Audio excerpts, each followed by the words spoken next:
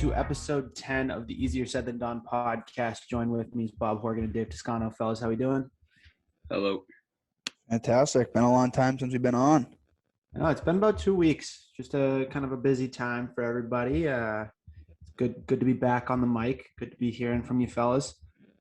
Anything big happen while we were gone? I wouldn't say. What about you, Bob? No, Dave. Are you kidding? What happened? Your school won a national championship? Oh, fuck. Is he a fake fan? No, I'm not. Relax. Now you're painting me in a bad light here. That's not fair. That's not fair. Well, when I ask you, has anything big happened in the last 2 weeks? Well, you didn't single me out. If you had said Dave, then maybe I would have. Okay, let's try this again.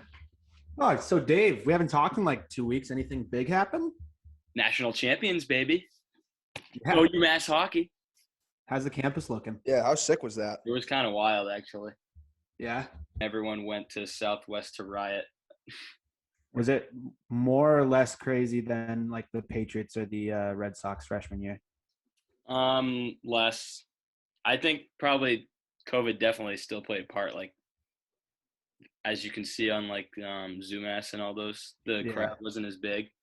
Usually, like in Southwest, that was just like one basketball court within Southwest, and then usually when the Patriots won and when the Red Sox won, it was like the entire like living area. It was a lot smaller, but. Do you think like everybody knew what was going on? Or do you think there was like people on campus that were like, what's this all about? I was gonna ask. I'm sure there were people on campus that didn't know what was going on, but. Dave, were you tuned in the whole game? Yeah. It was like over at the end of the first period. We were watching. Like 4-0. We were watching up here. It got out of hand quick. Yeah. Did you see the thing they were talking on Chicklets?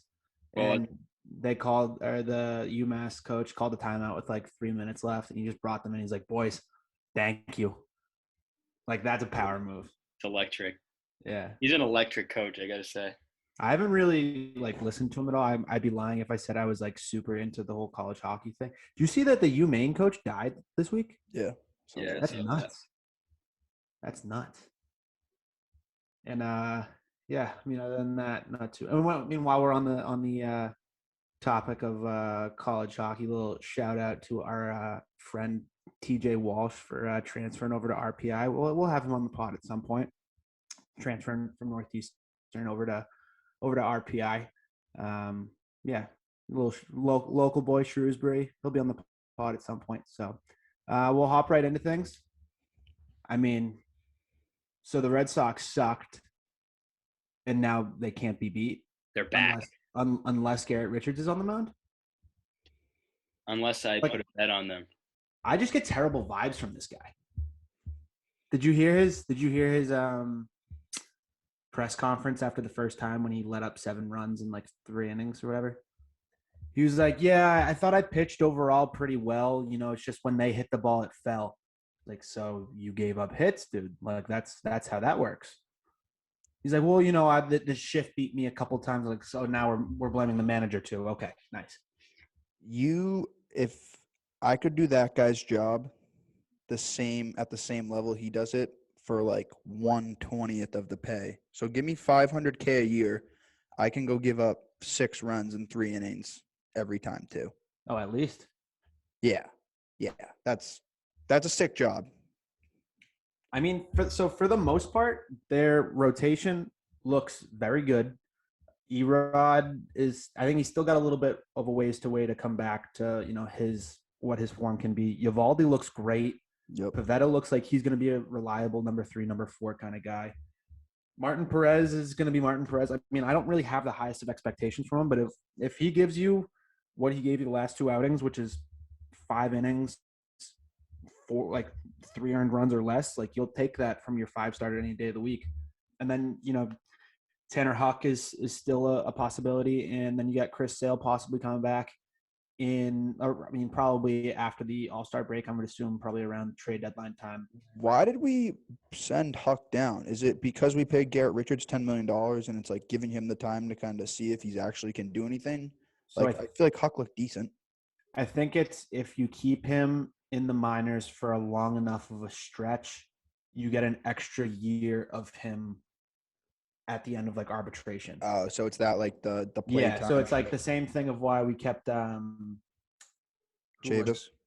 Yeah, it was Chavis and I think it was Devers actually a couple years ago.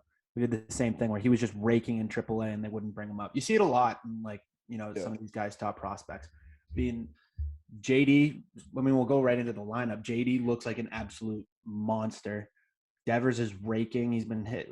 He's got a home run in 4 of his last 5 games, maybe 5 of his last 6. Wasn't it 5 home runs in his last 4 games?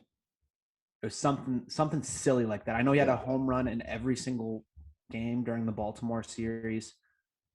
They're going for 10 in a row today. Yes. As of recording, they're down 2-0 in the top of the 3rd, but this team's come back from a lot early. Vasquez is looking great, and my guy Alex Verdugo, Doogie, off of my burner that will not be disclosed. I got into it with some baseball lady on Twitter, and she kept calling Verdugo useless. And every single time he's done something over the past week, I have just chirped her, and I don't know how I haven't been blocked yet. So shout out. Can I bring up something? Pretty mentally soft move by you, I think, having a burner. So here's the thing. Go out on your real account. Have the ball. I'd be fine with using my own personal account. I'm thinking of everybody else. So nobody wants to see me, go off on these long sports discussions and rants and conversations and getting in beef with people. You know what? If it really got to the time where I needed to do it, I would have no problem making my burner not anonymous and making it a second account. But that we haven't crossed that bridge yet. We're not going to get to that point just yet. Most of my burner account is like soccer takes that no one wants to see who follows me on my normal account, and me just getting into like beef just because I want to cause a ruckus. How many followers do you have? I think 24. Shit. Brennan's Twitter account his main Twitter account is just for like the 20 saved tweets he has that he thinks are funny. Yeah, no, I have drafts in my Twitter probably from when I was like 14 years old. I think the oldest one that's in there is fuck celery. I like that one. God, come on. What, you like celery? I'm not saying I like celery, but it doesn't do anything to me. That's the 0-cal food, dude. You want to feel healthy? Just choose not when there's ranch on it. Celery sucks. I'll take a red pepper over celery all day. Celery can change a chicken salad or like a tuna. Okay, that's a different story. That's chicken salad and you can't have too much celery in chicken salad too. Yo, take of the year. Chicken salad is the most underrated food out there. Yeah, I'll go grab me grab my tub of chicken salad out of the fridge if you want. Yo, don't chirp me. I have a tub of chicken salad right now from Harrow's in my college kitchen or college refrigerator. Here's the other thing. I can't do chicken salad with cranberries in it. That's like a new thing. No cranberries. I've never had that. Just the OG. Give me the OG. Give me chicken. Give me the little mix and throw a little celery in there. Maybe a little onion. Maybe. No, I'm not an onion guy. I love my dad will go get a rotisserie chicken and just like slice it up, throw some mayo in there, a little bit of celery, and make like some homemade stuff. It's pretty good. So yeah, well, good. That was good Red Sox talk. Gone with the wind. Red Sox and celery talk. They're the best team in baseball. As of right now, best team in the American League. Minus the Dodgers, yeah. Yeah. Those guys are pretty good. And Yankees are in last place. The Yankees lose. Again and again and again. We'll rewind it back to last weekend, I should say. The Masters, Hideki Matsuyama winning the whole thing. Will Zalatoris coming in second. Xander Schauffele looked like he was going to make that competitive towards the end, but just shot himself in the foot a couple times. So that wasn't an epic collapse because he never was in the lead, but is that one of the biggest chokes you've ever seen? I think Sergio's got to take that one. I think Sergio 3-putt. Yeah. Hole to lose. Dude, sneaky Matsuyama almost blew it. Well, I don't know if everyone knew, but I think everyone was like kind of shitty to say they were hoping for him to like choke a little bit. But like you wanted him to. You just wanted it to be like interesting towards the end because Yeah. you were on 12. I think he was on 12, and I think he had a 6-stroke lead. Yep, it was 13. Shoff was or someone was at 7, and he was at 13. Yeah, I was like, I don't know. As a neutral, it's pretty disappointing when Schauffele. That's the correct pronunciation. Schauffele, Yeah, Alexander Schauffele. Schauffele. He hit it into the water right at the end there when he was starting to catch up, and Matsuyama fucked Well, up. that was what 16. Yeah, that's when he blew it. It was because it was 10. It was 10 and 11, or they were -10, -11. And he doubled before that in the last round too. I think he doubled 5 or 6. So I mean, without those 2 doubles, he's one shot off the lead, or he's tied. I think. Yeah, dude. Yo, his own words. He hit the perfect shot. Just the wind took it. Don't mess with the weather. Yeah. Weather is undefeated. I have a take that I think some people will agree with and some people won't. And I think more people will agree with me, or more people that are our age will agree with me as time goes on. Masters Sunday is a top 3, maybe top 2 Sunday of the year. I love it. Super Bowl Sunday takes number 1 for me. And the only other one that I think comes close is Memorial Day Sunday. But Masters Sunday is like almost always like it like is the benchmark of like actual spring. We're gonna start getting like consistent good / decent weather / it's gonna get warmer. Usually, like for whatever reason, I never have a lot of work to do on Masters Sunday. You just sit there, you put it on in the background, maybe you take a little nap, you wake up. It's the best. Yeah, you're right. It's the ultimate like perfect thing to watch while you're half napping. Yeah. Yes. Dude, I'll give this is a little family shout out, but so my dad's birthday is April 11th. So this year it was on Masters Sunday, and it's always like Masters is always like April 9th through like the 15th or like the 7th through the 3rd. It's always in that range. Mm. That is the dude's. It's like this year that was on his birthday. It was like the best birthday ever for him because he could just watch golf all day and just make money all day. That's what the guy does. Yeah, Mr. Horgan's a weapon on the books. He hit the hole in one both days. He took it every day. Hit it twice. Made some easy cash. I agree with your take. That's Master Sunday is a good Sunday because there aren't too many. I feel like there also aren't too many Sundays that are like notable. Yeah, I mean Easter Sunday. He is risen. Yeah, I mean, like it's tough because all of like every. I mean, you could also argue like every single NFL Sunday, but like this is the one that like sticks out. You know what I mean? Mm. So yeah. All right. We are gonna move on here. MLS, Dave's baby. Let's go. According to Dave, the number 1 league in the world returns on. Do they have a Friday game? Most entertaining league in the world. They have a Friday game? Yeah, I think all open on games. Saturday. I think there's 2 games on Friday. I'm gonna look up the stuff right now. The Revs open it up into it on Saturday. Dave is probably the biggest Revs fan on the UMass campus. Is that fair to say? I would say arguably in the world. I don't know about that. I would say a top 50 Revs fan in the world. You can't really argue that. Maybe. Can you argue it? Top 50? Find 50 other people who care more. I mean, go to the Fort. I'm a bigger fan than the people in the Fort. How about the people who say give them the full set? All right, those people are ahead of me. The chicken wing bucket lady is ahead of me. Yeah, so personal story. We're doing a lot of personal stories today, and I actually don't hate it. Dave's had like season tickets for the Revs for like ever, and the Revs would have like 2 or 3 Thursday night games at home, and Dave would always get the extra ticket, and he would bring me every single Thursday night. So we've seen a couple good games, and but like the 3 things that stick out from like those games that we went to is that there are these 2 like it's like an old couple that sit in the front seat or front row, and every single time somebody on the other team gets a yellow, like the PA announcer will announce like yellow card given to number whatever, Bob Horgan, And they screamed, "Give him the full set," meaning like give him a red. So they're electric. And then there was a time like there was. I wouldn't say they're electric. There was one game we went to that probably had 2,000 fans. Like this was probably like 2013, 2014. Probably 2021. That's all right.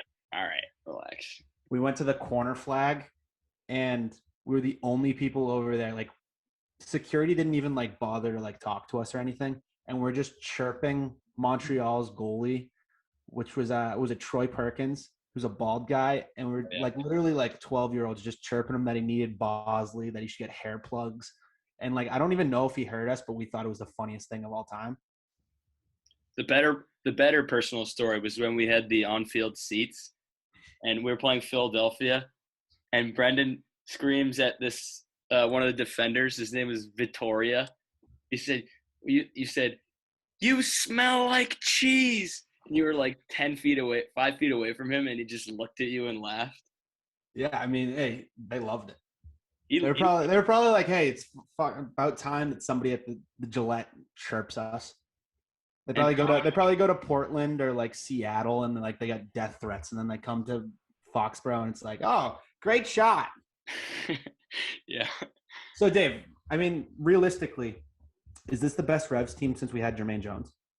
Realistically, yes. We are a top 3 team. We're contending for a title this year. And that is not just me being optimistic like I was for UMass basketball. So talk me through here. So Matt Turner still in goal, best keeper in MLS, question mark? Yes, absolutely. And then we got a back line. It's probably going to be Tajon at right back. Or are we doing that? Bruce said he's going to use Tajon as a winger. So I don't really know how that fits with the new guy we got from Iceland. Well, he's a left winger. Yeah. So Tajon Buchanan is what, 3 years out of Syracuse, Canadian born, like kind of had a coming out party in the playoffs this year, was absolutely skinning guys. So I guess the back line will probably be Brandon By, Andrew Farrell, Henry Kessler, and then what's his name? Mafla? Yeah, Mafla. And then your center mid. I mean, honestly, the midfield's pretty deep. Like, there's just a lot of options. I wouldn't say there's a lot of great options, but it's probably what? Caicedo? Options. Yeah, Captum, who hasn't really played a whole lot, but we got him from I don't know what club we got him from, but he played for Barcelona before. He went to another club shortly. And then Matt Polster is just a good MLS guy. He's a veteran. He's pretty good in the middle. So he'll probably start with Captum or Caicedo, I'd say. And then Scotty. Scotty's probably not going to touch the field. Probably not. And then there's a lot of attacking options this year. We got so the new guy Trotson, who's on the Icelandic team, who did the Viking clap. So we got one of those guys. Carlos Heel, who's the captain, probably top 10 player in MLS. Gustavo Bo, Teal Bunbury, Adam Buxa. Who am I missing here? This is finally the year that Teal Bunbury is not starting. That is okay. I know you don't like Teal Bunbury, but how many goals did he score for the Revs last year? He's good. He's good off the bench, but he's not good enough to start in MLS now. If you want to contend. Fair. All right, so Dave, Revs to win the MLS plus 2,000, worth taking? Absolutely. Revs plus 1,000 to win the Eastern Conference is also worth it then? Yeah, it's between. I'd say it's a 2-horse race between them and Columbus. But Atlanta probably has a shout there too. So let's look at this. We'll look at the league from like a bird's eye view here, like looking at the entire league. So in the West, it's what? LAFC, Seattle, and Portland maybe? Portland, yeah. I say LAFC is clearly the best, and Portland's second. And then I don't know about Seattle. Seattle's always like they're just good in the playoffs. They have two good attackers in Ladero and what's his name, Rui Diaz. And Jordan. I'm not always so high on them. Any expectations for the Matthew McConaughey-led FC Austin? I'm just excited to see that. I want to see him on the sidelines. He's gonna be on the sidelines this weekend. Is he? Well, they're in LA, so he'll probably be in the box with Will Ferrell. I want to see him like sitting on the bench. I bet you McConaughey will be in the supporter section. Maybe. Oh, he'll be there. He'll for sure be there. Yeah. I mean, and Texas is wide open too, so they can have full heads. Can I bring up a non-soccer take? Sure. Matthew McConaughey might be the best actor ever. He's sick. Top 5. I don't know if he's one. Sorry, I just watched True Detective season 1 with him in it. Yeah, I watched Mud last night. It's okay. It was a relevant take. Sorry, it was just on McConaughey. No, you're good. You're good. So I mean, if you had to make a pick, let's do this first. Who's going to be in the Eastern Conference Final and the Western Conference Final? It'll be New England and Columbus. Mm-hmm. See, now, whoever wins, it also has to do with like international duty because a couple teams are going to be missing players. We're probably going to miss Matt Turner for a month and a half, so we might not win the regular season. But the playoffs are always a toss-up. But anyways, we'll go New England and Columbus again to rematch in the Eastern Conference Final. And then LAFC, and it's really a toss-up in the West, to be completely honest. Actually, I'm going to go Minnesota United. Forgot to mention that. They're actually better than Seattle. So I'd say it's them, Portland, and LAFC in the West. And so, I mean, our friend Josh Bauer, I haven't seen – it doesn't sound like he's going to be getting a first-team contract, but I think he might be getting an Atlanta United 2 contract, so he'll be with their USL team. I've kind of talked to a couple people who, like, are close with, like, people who know stuff over there. You think I'm kidding? I'm not. I did some digging. It doesn't sound like they're going to let him go. Like, he'll be involved one way or the other, and like it sounds like he's like 2 injuries away from maybe even playing for the first. So here's my take: if Bauer gets cut from Atlanta or they let him go, we're a fuck Atlanta United podcast. Yes. If he gets minutes with the big boys and makes the team or stays around, we're an Atlanta United podcast going forward. Agreed. Right. Agreed. The scenes when Josh Bauer scores the winning goal in MLS Cup for the Revs this year. This year? Yeah. If he gets cut by Atlanta, then the Revs sign him, and then he scores the winning goal. I mean, so kind of wrapping up the MLS stuff, is there anything that like you're watching for? I mean, the FC Cincinnati Stadium looks pretty sick. Yeah. Anything other than that? Stadiums. I'm just like really excited to have it back. It's an up and coming league with new stadiums. It's always fun to watch because it's not always like the top dogs winning like you see in Europe. Anyone can win, especially New England. Speaking of new stadiums, are the Revs? Nope. Did you see that thing the other day? Is that not? What happened? There's rumors they're going to build like a Rev stadium in Boston. That's the same thing they've been going on for years. 5 years. Sorry, I'm new to the MLS channel. Gone down this rabbit hole probably. Well, let's see. They've been rumored for what? Everett, Southie, Pawtucket, Providence. There was one other place too. Oh, Portland, Maine. We're going on like 10 years here. Yeah. But I believe it's been coming. It's been coming. I've seen Dave scream at Jonathan Kraft, when are we getting a stadium? It's going to happen eventually, but has to. Not within the next 3 years. Maybe an announcement, but I don't know. But like and Austin, beautiful stadium. Columbus, I'm excited to go to Columbus and see that one. Cincinnati, like you mentioned, is beautiful. Absolutely beautiful. And I know Minnesota's not new, but I really want to get to Minnesota. That's an awesome stadium. And also for context, Bob, in the 2013 game that Brennan was referencing, it was a midweek, and we were one of the worst teams in the league, or whenever year it was. I think we were in 6th grade. It was probably earlier than 2013, if we were bad. Yeah, we haven't been bad in a while. No, we've we been have bad been bad. pretty recently. Come on. We've been bad every year except last year, and Dave's like blacklisted by the New England Revolution like front office because he's like not afraid to I openly love that. Wait, when you criticize. told that story, I love that. Give it the quick little shout out again. What was it? You were tweeting at him too much? yeah, it was that's where you need a burner account.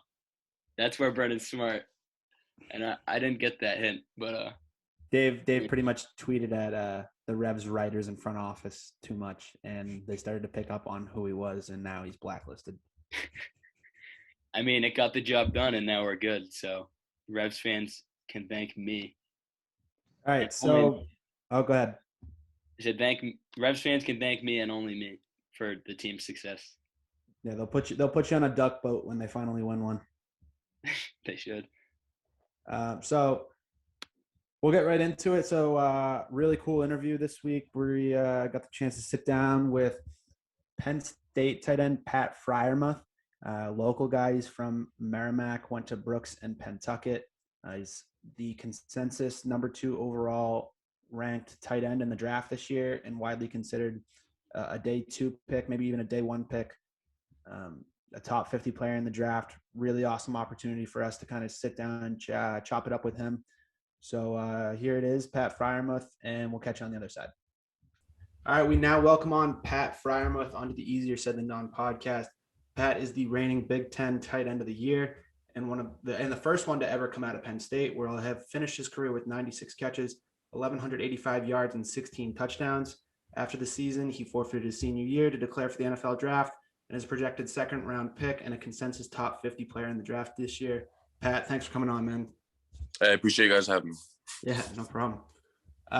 So I guess the best way to do this is to, start most recent and work our way back. So, how's draft prep gone? What's the last 2-3 months been like? What's a day in the life for you right now? Yeah, it's definitely different than like I anticipated, obviously because of COVID and stuff. So, obviously we didn't have that combine experience and stuff like that. So, just training, it really was kind of a little unknown for the beginning. And then once the combine got canceled, we were kind of training for that pro day. So, just it was definitely different for me too as well, just because I was still recovering from my shoulder injury and stuff like that. So just would wake up in the morning, get some rehab in, and then just work out in the afternoon. So it was it was a cool experience, and obviously met with a bunch of teams over Zoom and stuff like that. So it was definitely weird and definitely not ideal, but it was definitely a cool experience to just be a part of. Yeah, I mean, are you feeling it start to kind of creep up on you now? The draft's coming up. Like, how are you feeling? Are you excited? You nervous? You anxious? You all of it right now? Yeah, I'm all of it. I mean, it's 2 weeks away. I'm all of it. Obviously, the teams you talk to kind of give you an idea as to what they might be doing or everything like that, but you still have no clue because everything changes on draft day. So it's definitely anxious and stuff like that, but I'm just happy and definitely blessed to just be in the position that I am today, and hopefully go to a good organization, a good team. Yeah, no doubt. So is the watch party, is like home base going to be at home? You going somewhere? Like, what's the deal with that? Yeah, so I got invited to Cleveland to go attend, but I deferred it, and I'm just going to be at home with in Merrimack, with the fam and everyone that's kind of been there since the beginning, and celebrate with them. Oh, that's awesome. That's sweet. Yes, sir. Yeah, so kind of like we mentioned, you had a bit of a shortened season with your senior season with the shoulder, but it was already kind of strange to start. How kind of just bizarre was it from, the limited capacity to the restrictions on travel and just everything in between because of COVID? Yeah, it was definitely weird. Obviously announcing that I was coming back from my junior year, it was definitely weird. I didn't think that a pandemic would, play into that decision at all. But, obviously it was weird getting back on campus at first in the summer because, we were going through all these protocols just to work out, and, we lifted outside. They moved our racks outside to lift outside. And it was just, everything they did was wild. So, it was definitely difficult, especially with, obviously the Big Ten canceling and then getting put back on everything. It sent us through a whirlwind of emotions, and some ups and downs and stuff like that. But, I wouldn't say I'm thankful for it, but I'm kind of, low key, happy that it kind of happened. Just because, it put us through a lot of adversity that, I'm thankful for this day and stuff like that. So, I would definitely wouldn't change this year and what it happened in a sense of, football and all that. But, I wish we won a couple more games, but and didn't get hurt. But it's all good. Yeah, no, definitely. So yeah, kind of just again staying on the topic of Penn State. We kind of see it on TV on like a college game day Saturday night. But how sick is the whiteout in Beaver Stadium? Yeah, dude, it's wild. I mean, I think people that haven't ever experienced it before definitely have to go and experience it. I mean, it's a once in a lifetime opportunity to be able to play in that game and be able to play in two of them. It was wild. I mean, that was my first start as a freshman. It was the whiteout against Ohio State. So, I mean, they called me into the office. Franklin called me in his office, the Monday before the game, going into prep week and stuff, and it's like, hey, we're gonna start you this week. I was like, Jesus Christ. I mean, welcome to the show. It was definitely a cool experience, but it's awesome. You definitely got to experience it. Yeah, no, I mean, you see it on like social media and TV, Mm-hmm. and I bet you it doesn't even hold a candle to what it actually is like. Bro, like it's like when you're like, I was the Michigan clip where they call the timeout like the first play of the game or whatever. Like I was on the sideline obviously, and I was just like the ground was literally shaking. Like it's wild. That's crazy. So I mean, you're local to us. I'm from Mass. Bob's from New Hampshire. Yep. We both go to UNH. So as a kid, now you're playing tight end, and it's got to be like Gronk that you kind of watched in the transition to tight end. But like who else do you kind of emulate a little bit in the way you play? I've been in this process to like the early Tyler Eifert before he got hurt and stuff like that. In the beginning of his NFL career, a little bit Hunter Henry, just kind of because he can do it all and everything like that. So, listen to those kind of guys. I wouldn't call myself to, Kittle and Kelsey and those guys just because, they're at the level they are right now for a reason. It's kind of hard to get to that level. But, I try to take things from, their game and kind of put it in my game. And I think that's what makes me, kind of a special, tight end is, I'm very versatile and I can do certain things that, guys at 255 plus can't really do. So, just try and look at ways to, add things from their game into my game. Sweet. Yeah. So kind of going back to that, like Merrimack Valley, I'm from right over the border. I went to Timberland. Oh, really? Yeah. So I'm close to you. And so like the Eagle Tribune, obviously, like that's the paper I read growing up. So we're about the same age. So you went to Brooks, obviously, and you're pretty good at basketball too. Our friend Jerry told us about the time you hit a game winner against Triton, and you just kind of looked back at the student section. But was there ever kind of a doubt between playing basketball or playing football, like kind of or playing football or basketball instead of football? Jeez, words are tough. I mean, kind of. I mean, obviously, I went. I had a good. Obviously, at Pawtucket, I was kind of known for basketball and stuff like that. I was a shitty quarterback, but and then I went to Brooks and. I had a good sophomore year there at football, and then I had a really good sophomore year in basketball. But then, I started gaining weight because the offers came in football. So then I was kind of like, all right, I'll just continue to eat and put on some weight and play tight end. So, that's kind of how I chose football. Obviously, I love the game and everything like that. But, my love from that point on, deciding to play football in college just kind of grew and grew. What offer was it where you kind of just like, oh, shit, like, I'm good at football. To be honest, it was probably, when I went to Penn State. I went to a whiteout camp at Penn State. So it's nighttime lights, in the stadium, everything like that. Then I balled out and I got an offer, so I was kind of like, damn, like this is where it's at. And then I got offered by like LSU and Notre Dame and Ohio State, but I didn't visit them. I just committed to Penn State like a week or two after they offered me. So. That's kind of what I knew. But I was obviously nervous about going into college and how that experience would be, but it all worked out. Was Mike Gesicki right before you? Yeah. So Mike was before me and he left, the year I came in. Sweet. So kind of another question about, high school. So you said you played quarterback, said you were a shitty quarterback, but I'm sure didn't you guys run like a little like option or something? Dude, we ran wing T. I was not good. I was bad. Yeah. So do you think that you had three defensive touchdowns in one season? I did. Yeah.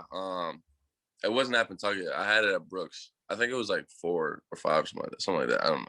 I was a good outside linebacker too, but I thought I was better outside linebacker in high school than tight end. But apparently, the coaches thought different. Yeah, apparently. Dude, good thing to know a thing or two, huh? Yeah, right. How dominant were you in the high school football scene? Well, all right. So like, I Cape Ann League, like, when I played like Durkin and stuff, like, I was all right. Like, I wasn't like, I wouldn't say I was nearly like, I didn't think I was gonna go to friggin' Penn State, but when I went to Brooks, like my junior and senior year, like I would like dudes would like run like running back would run the ball and I was on defense and I'd just stand him up and like take the ball away from him and then just run it. Like there's a couple on my highlight film where just like stand someone up, ripping the ball and taking it for a touchdown. So like I wouldn't say it was easy, obviously, because there's some good ass talent in the ISO, but like I could kind of like pick and choose as to like when I wanted to play off or something like that. Yeah. So I mean, we'll kind of go back to the more current stuff. So first question, then I'll have a follow up after it. How intimidating is it to talk to an NFL coach and a scout and a GM? Like how like were you shitting your pants the first time? I mean, dude, it was definitely because I was my first so the scouts are easy. Like the scouts are cool people. Like it's just kind of laid back. But the first interview I had was with the Titans, like the full front office. And so I didn't really know what to expect. So it was like Vrabel, like everyone in there. And they were just like peppering me with questions. It was going really well. And then Vrabel was just like hyping me up a little bit. He was like, "Oh, you were 2-time captain." I was like, "Yeah." Like in my head, I'm like, "Oh, this is gonna be good." Blah blah. And he was like, "So why didn't you play special teams?" And I was like, "Oh damn!" Like, I was like, "Oh, I have no idea." And I didn't know what to say. And I was just like I kind of froze up. And he was like, "You say you're a 2-time captain, but you never went to Coach Franklin demand to be on special teams. Like, why is that?" So he was like, it was just like those things that it's just like they don't care like what you perceive of them. They just are gonna ask the tough questions to see how you react and stuff like that. But it's all been good. Built a little different in the brain. Yeah, dude. And especially with Vrabel, because like from the Boston area, like I grew up like watching him play linebacker with freaking Bruschi and stuff. So it was weird. Yeah, no, and then you got the quotes of him saying that he'll like cut his dick off to win a Super Bowl. So I mean, I bet you just question after question. Yeah. So I guess going off of that, you kind of answered it, but is there another question that you got asked that was like, what, like, did they really? Yeah. I wouldn't say any like share, but yeah, I wouldn't say any like, to be honest, like I didn't want to say any weird questions. One question that I got was like, it was kind of weird, was like if a bus was like running driving off a cliff, like would you sit in the front, middle, or end of the back of the bus, or why? So that was probably weird. That was probably the weirdest one. But I wouldn't say like they have that question on the Madden Superstar mode too. Like when you're going through the draft process. Yeah, they did that. I forget who team asked that, but yeah, it was weird. I mean, I'm like, I don't have any off-field issues. So like the dudes that have off-field issues, like they ask a shit ton of questions. That's gonna be a nightmare. I couldn't even imagine. Like I couldn't even imagine if I had like something past or prior. I see here you got detention in 10th grade. Talk to me about what was going through your brain during that. Yeah. The what? No, I was saying that they probably have like your discipline report and going to detention or something like that. Yeah. Dude, I couldn't even imagine. They know, like, bro, they know everything, like everything. They do background checks. Like I had a speeding ticket when I was 16 or 17 or something like that, and like they asked me about it, and I was like, what? Like it was wild. Damn. But I mean, so there's a lot of Penn State guys in the league right now that you've played. Yep. Have you talked to Miles Sanders or KJ or Trace McSorley at all? Like, have they kind of talked you through the draft process a little bit? Yeah, so I'm close with Mike and the other tight end Nick Bowers that was here with me. I talked to them about it. They're cool. They they tell me just to relax and just kind of stick with the process and all that kind of stuff. It's obviously a bigger deal just kind of training for the NFL and everything because you're a professional athlete, but it's just kind of, it's just football. At the end of the day, you're just training for something that you love and everything like that. So, obviously it's anxious and there's a lot of stuff on the line. There's a lot of money on the line, all that kind of stuff. But, it's just football. So you just got to go out there and, do what you do and do what you love. Yeah. So, I mean, I'm sure you've been asked so many football related questions. We just got a couple, just shooting the shit with you questions. Yeah. Cool with you. Yeah. So, rapid fire. Number one, what's the Chipotle order? I'm gonna go bowl with a little bit of white rice, double chicken, queso, the tomato, the mild, a little bit of corn, extra cheese, and guac. Yeah, that sounds about right. The double chicken is a must. Yeah, oh yeah. They're stingy with it. They're stingy. Yeah, with dude, it. especially with COVID and everything, you can only order online, and then you go Hell yeah. open it up, and you're like, what the hell is this? Yeah, hell yeah. Second one, what is like the comfort movie? Like you might be doing something, you just got to throw a movie on in the background. Like might not even be your favorite. It's just like one. Yeah. Like, all right, we're good. Dude, I watched a lot of movies. Dude, I would probably say, I don't even know. I mean, I would say The Breakup. Wedding Crashers. Wedding Crashers is a good one. Yeah. I love Vince Vaughn. He's a great actor. So I would say Wedding Crashers. That's a good one. I think that's one that's like the generation like right before us. It's Hell like their hangover. Yeah. Next one, who's your favorite non-football athlete? LeBron. LeBron? Yeah. LeBron or MJ? Dude, I don't know. I would say LeBron just because I think he's just obviously bigger and I think he can do more. I don't know. I watched the MJ documentary. MJ's pretty legit though. It's like one of those questions. There's no right or wrong answer. Yeah. I mean, dude, if I was the owner of the team and I had either one, I mean, shit. Yeah. All right. You're going back in time. You're going to be as a spectator to any game.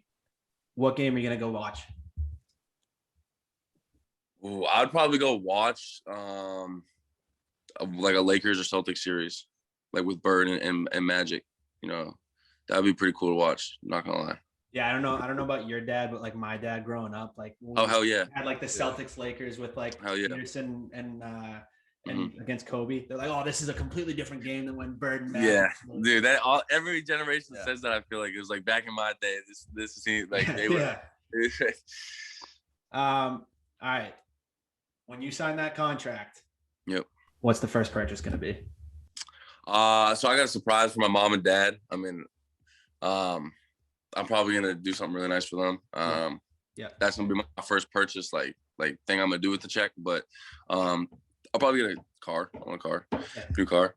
You got one in mind right now, or you still? Yeah, I like a Range Rover Sport. Yeah, I have that. Yeah. I like that car. All right. What is the craziest like travel story / fan interaction, like something on the road that you're like, oh my god, only in Big Ten football? Big Ten. Oh, dude. Well, I would. So like the thing that sticks out to me was when we played Pitt. Like I didn't really get the whole Penn State Pitt rivalry thing. Like I didn't get that at all. So they were hyping it all week and stuff like that. So we played at Pitt my freshman year, and like Pitt refused to give us a police escort to the stadium. Like they refused. So like, cause we usually get that, so because we don't hit traffic and stuff, so we can get like to the stadium on our time and stuff like that.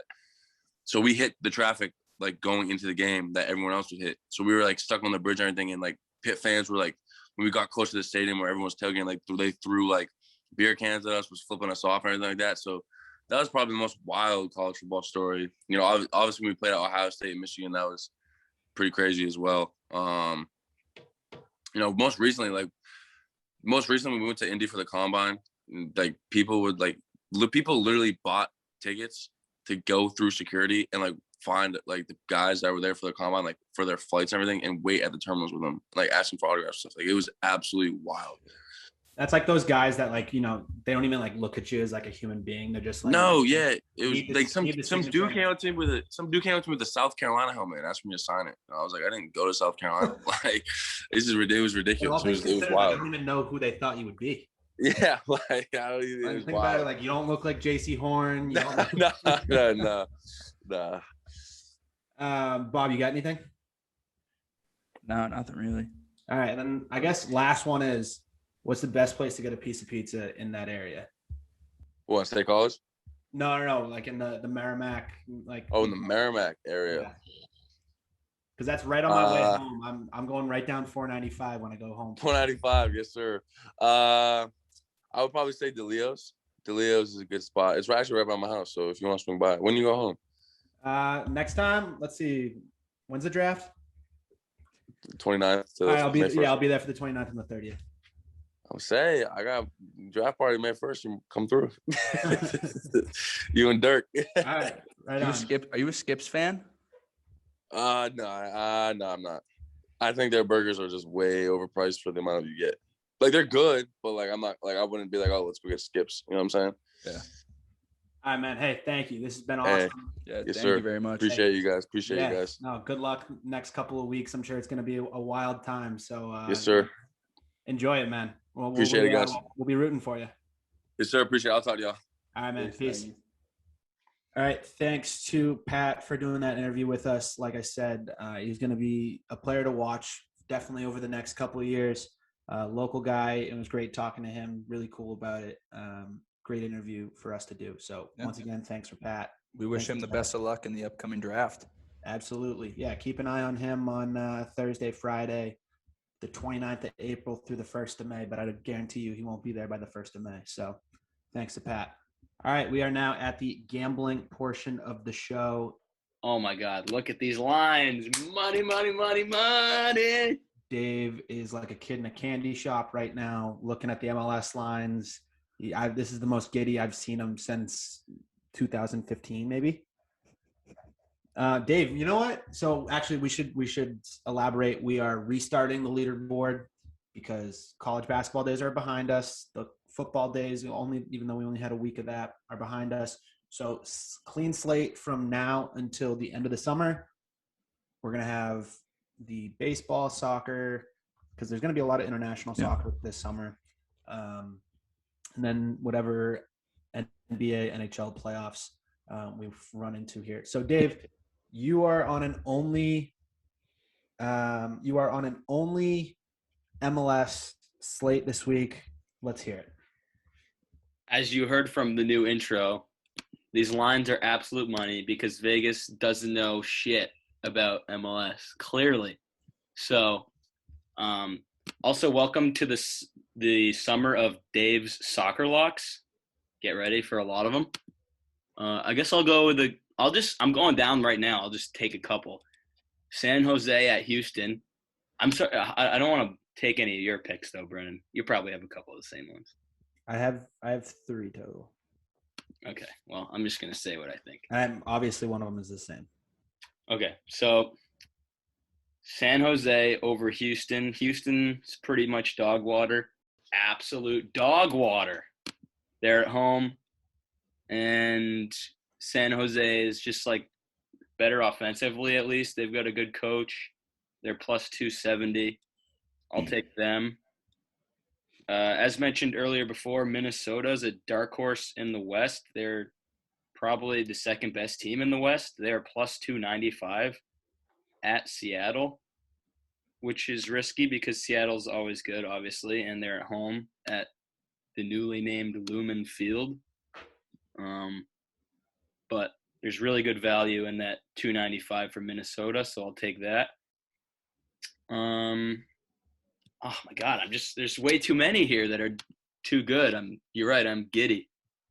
Toronto, another team that's absolutely dog water is Montreal. Absolute dog water. And Toronto is even money there, plus 100 or plus 103. I'll take Toronto.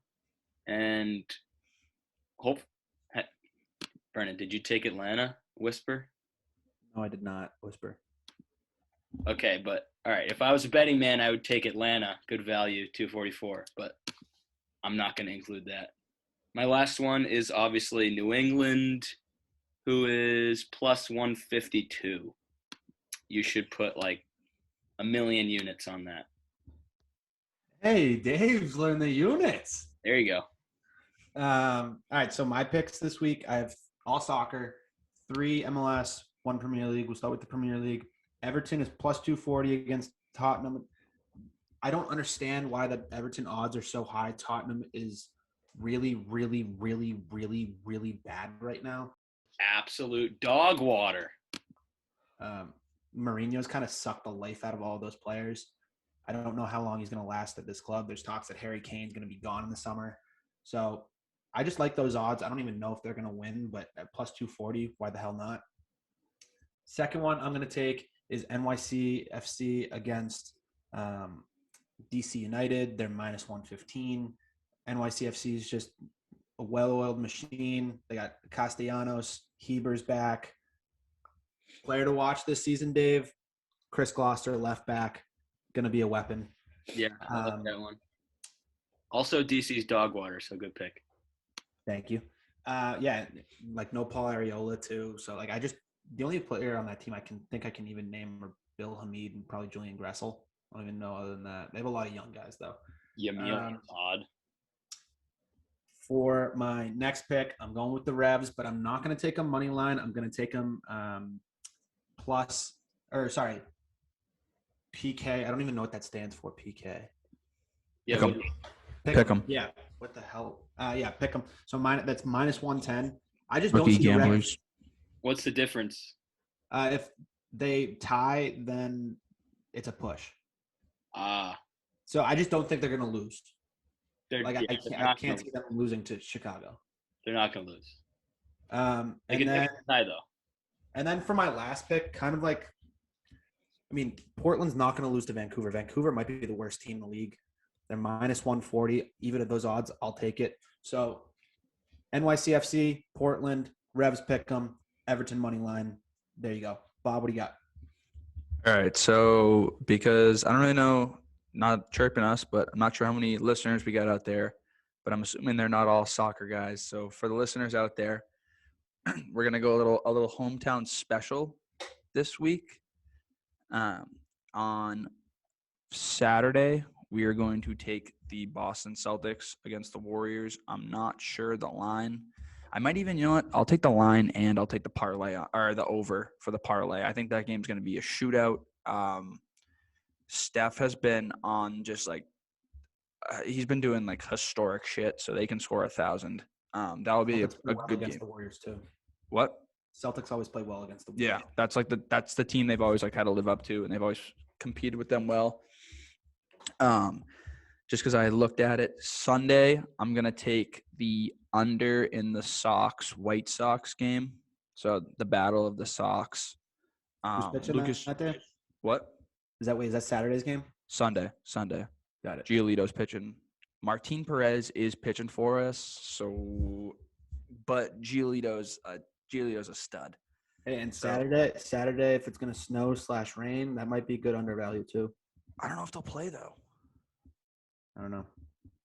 Who knows? What if we get this? What if we get a Sunday under? We take it now. We take the Sunday under. Rain delay. They play 2 7-inning games. We get the 7-inning under, but for the 9-inning value. Can you do that? I don't know. I don't know if it will get. I mean, I don't even think you can get lines for Sunday like right now, because like a lot of the time you could. I mean, I bet you some books have it. Yeah, but a lot of bookmakers like make their odds based off of like what the team did on the day before. Yeah, Friday, Saturday. Yeah, so okay, maybe not. But I'm going to take that under when it comes out on Sunday. And then I'm on the bandwagon. We're going with the Revs. We're riding with them. Money line. Let's go, Bob. Let's go. I heard plus 150. Was that it? Plus 152? Yeah, that's it.